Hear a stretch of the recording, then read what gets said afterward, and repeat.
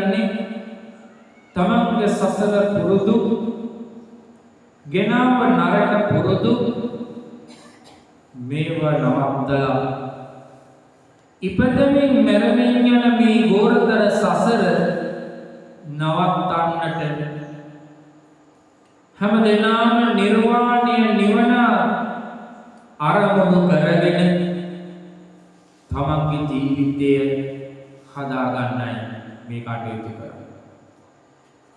මුලක් මැදක් අගක් නොදන්නා සංසාරය තුළ ඔබත් මමත් මේ සසරේ සැරිසරපු වාර ප්‍රමාණය අනන්තයි. ඒ නිසා පින්වතුනි තවත් ජීවිතේ නොයෙක් තැන්වල වැටෙන්නේ නැතුව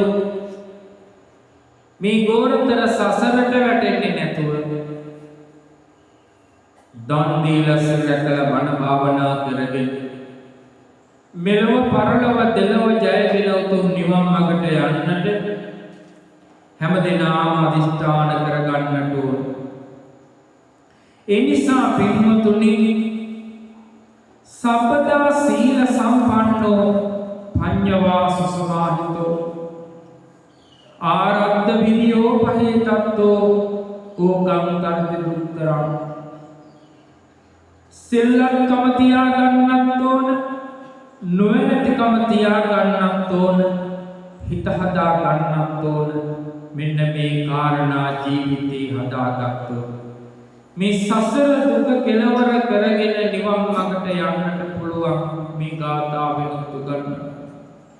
ඒ නිසා පින්වතුනි සිල්වත්කම තියෙන්නට ඕන හැම දෙනා ළඟ. ගිහි පැවිදි දෙකොල්ලගේම ළඟ සිල්වත්කම තියෙන්නට ඕන. තමන් පෙරවගෙන ඉන්න ඔය සුදු වස්ත්‍රයේ නෙවෙයි සීලය. සීලය කියන්නේ කායික සංවරය සහ වාචසික සංවරය තියෙන. කායික සංවරය සහ වාචික සංවරය තියෙන කාගේ ළඟද? තමා ළඟ. ඔය පෙරවගෙන ඉන්න ඇඳුමේවත් උතුරු කඩුව පත්කඩේවත් නෙමෙයි.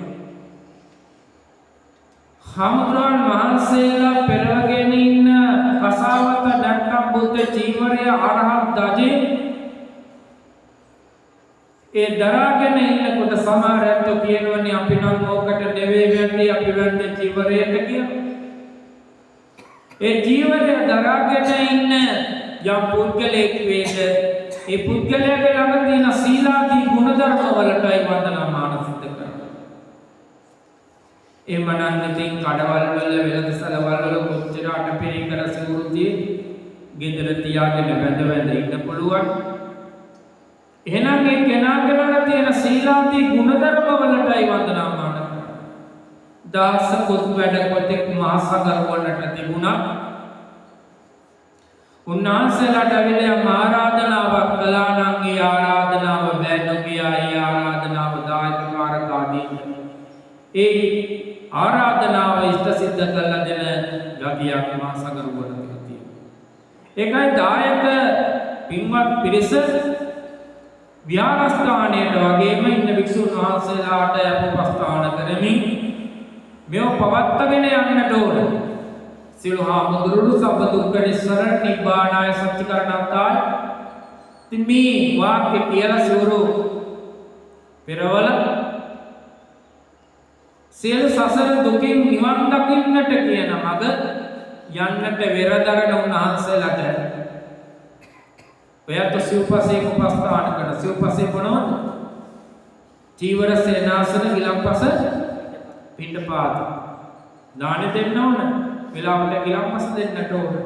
ඒ වගේම ලෙඩට දුකට ගිලම් වෙච්ච වෙලාවට උන්වහන්සේලාට උපස්ථාන කරන්නට ඕන.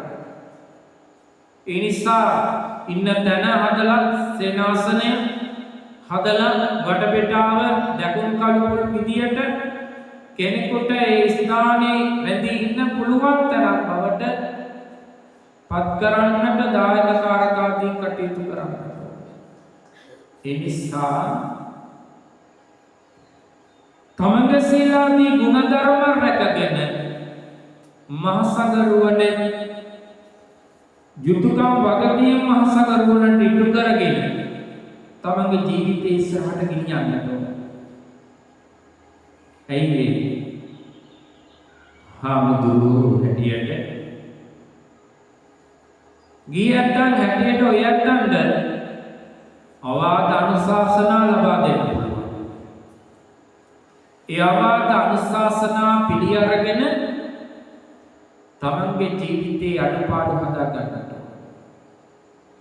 රාහුල පුංචි හාමුදුරුවෝ ශික්ෂාකාමී අතර අදටපත් අත්තුර ලැබුවා.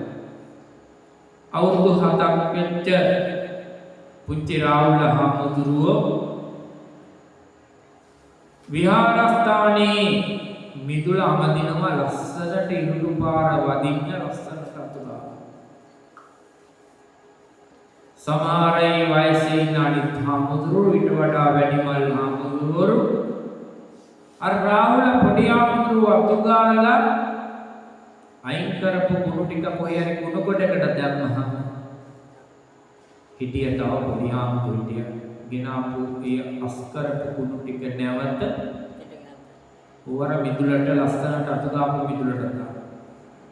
කිපුනේ නැහැ, තරහ ගියේ නැහැ, ඒත් ගියේ නැහැ, කාටවත් වෛර විරෝධ කරේ නැහැ.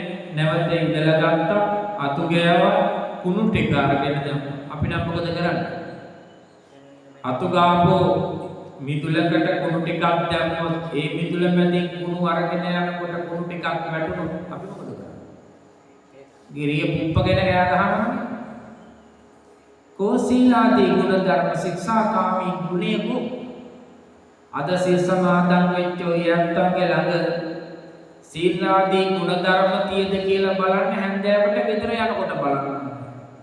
ගේ ඇතුලේ තමන්ගේ දුව පුතා ලේලි බෑන්න මොනුපුරා මිනිපිරේ මාත්‍ය නෝනා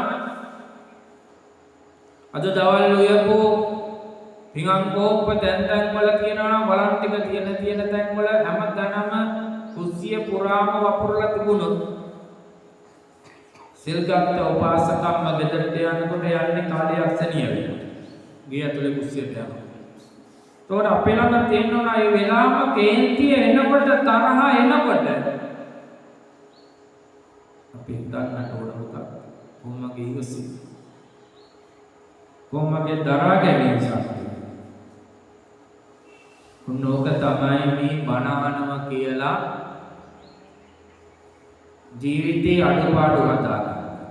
බණ කියන එකේ තේරුම මොකක්ද? අකුරු දෙක. බාන බයන්නේ කියන්නේ භවය, න කියන්නේ නැසි. මේ ඉපදෙමින් මැරෙමින් යන ගෝතර සංසාරයේ මේ භව ගමන නැසනික තමයි. එහෙනම් මේ බණ අහනකොට තමයි අහන්න බණ කරුණෝ හදවතට ගන්නකොට තේරෙනවා මේ බණ ටිකෙන් මොකද්ද ගන්නද? මගේ අඩුපාඩුමයි තියෙන්නේ. මේ හදාගන්න. ජීවිතයේ අඩුපාඩු හැදෙනකොට ගමන යන්න ලේසි පිටු. පින්නට දහමට යොමු වෙනකොට ජීවිතේ යොමු කර ගන්නකොට බොහෝ දිනාගෙන් එන තාඩන පීඩන නිසා පීඩා ඒව පැත්තකට දාලා තමන්ගේ ගමන තමයි. ඒ නිසා පින්වතුනි සිල්වත්කම තියෙන්නට ඕන මොන දෙයක? සීලය තමයි සදාචාර සම්පන්න භාවයට හේතුව. ඔය යත්තෝ ඔය සුදු වතින් සැලසිලා පන්සලට ආවේ ඒ සදාචාර සම්පන්නකම කියන්නේ. මගුලට දානෙට පිරිතට ගෙදරට විඩ වෙන ඇඳුම් ඇඳලා ඇඳුම් අඳින්නේ මොකක් නිසාද? සීලේ සදාචාර සම්පන්නකම. ඔය යත්තන්ගලක චාරයක් සදාචාරයක් තියෙනවා. එහෙම නැත්නම් අර බල්ලු පුසු වගේ තමයි ඇඳුම් නෑනේ රටේ. ඒ වගේ තමයි ජීවත් වෙන්නේ. සදාචාර සම්පන්නකමක් තියෙන නිසා මේ විවහගෙන ලැජ්ජාව බය කියන දේ හිරියොත්ක් තියෙන නිසා ලැජ්ජාවයි බය තියෙන ඒකයි මම කියුවේ අදුම නෙවෙයි සීල තියෙන තමන් අධිෂ්ඨාන කරගන්නවා මම මේ දිවි හිමියෙන් අද දවසේ මේ සිල්පදාට රකින්න. මම කාත් එක්ක කියලා මම බොරුවක් පරස වචනයක් හිස් වචනයක් නම් අද දවසේ කියන්නේ. එහෙම වචනයක් කියන්න හිතට එනකොටම හිත මොකක් කරගන්නවා? දමනය කරගන්නට, හීන කරගන්නට. මගේ මේ කටින් දැන් පිට වෙන්න යන්නේ. මොකද නරක වචන, හිස් වචනයක්, පරස වචනයක් කියන දේ. මේ වචනේ කියන දේ ඒක හොඳට තේරුම් ගන්නට ඕන දෙයක් තමයි. මේකේ වැරදි ගොඩක් වෙනවා. නිකන් ඉන්න ගමන් එක දේවල් කතා කරනකොට හිස් වචනේ කතා කරන්නේ. එලවටත් මෙලවටත් දෙලව යහපත් දෙයක් වෙන්නේ නැත්තම් ඒක වැඩකට නැති හිස් වචන. හැම වෙලාවෙම තේරුම් ගන්න ඕන මේ සිල්වත් කමරට තැනකට ගියාම පස්සේ තමන්ගේ ගුණය රැකගෙන ජීවත් වෙන්න. තමන්ගේ සිල්වත්කම් අපි තේරුම් ගන්න පන්සලට ගියාම කොහොමද හැසිරෙන්නේ? තමන්ගේ අම්මා තාත්තා ළඟ හැසිරෙන්නට ඕන. ආත්මය මුත්තයි ළඟ කොහොමද හැසිරෙන්නට ඕන? ස්වාමියා බිරිඳ දරුවෝ ළඟ කොහොමද හැසිරෙන්නට ඕන? යාළු හිත මිත්‍ර ආදීන් ළඟ කොහොමද අපි හැසිරෙන්නට ඕන? ඒ නිසා ඒ ගුණය තියලා වැඩ කටයුතු කරන්න ඕන. ඒ නිසා නුවණැතිකම කියලා කියන්නේ ප්‍රඥාව බුද්ධිය කියන දේ හරියට සුදුසු තැනට සුදුසු ගුණ පාවිච්චි කරනවා. එමණතු ජීවිතේ මේ විභාගාත යන වගේ තල්ලු වෙලා ඉස්සලා යන්න දුන්නොත් මේ පාලනයක් නැතුව ගියොත් බුදුරු දේශනා කළේ විධාතා දරා ගන්නට මේ ලෝකේ හැම දෙයක්ම වෙනස් වෙනවා. ඒ නිසා පින්වතුනි හැම වෙලාවකම හිත හදා ගන්න පුළුවන්.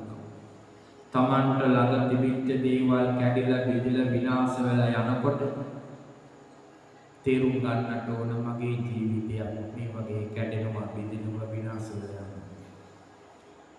කවදාවත් මේ ලෝකේ තියෙන දේවල් සදාකාලික නැහැ විනාශ වෙනවා. බුදුහාමුදුරුවෝ අනන්ත ලක්ෂණ සූත්‍ර දේශනාව, ත්‍රිලක්ෂණ දේශනාව, අනිත්‍ය දුක්ඛ අනාත්ම කියලා දේශනා කළා. ඇති වෙලා පැවතිලා නැති වෙලා විනාශ වෙනවා. තමන්ගේ වයසත් එක්ක හිතලා බලන්න. මන් දැන් මොනවද අරගෙන යන්නේ? මං එනකොට ගෙනාවේ මොනවද? දැන් එකතු කරගෙන තියෙන්නේ මොනවද? යනකොට අරගෙන යන්නේ මොනවද?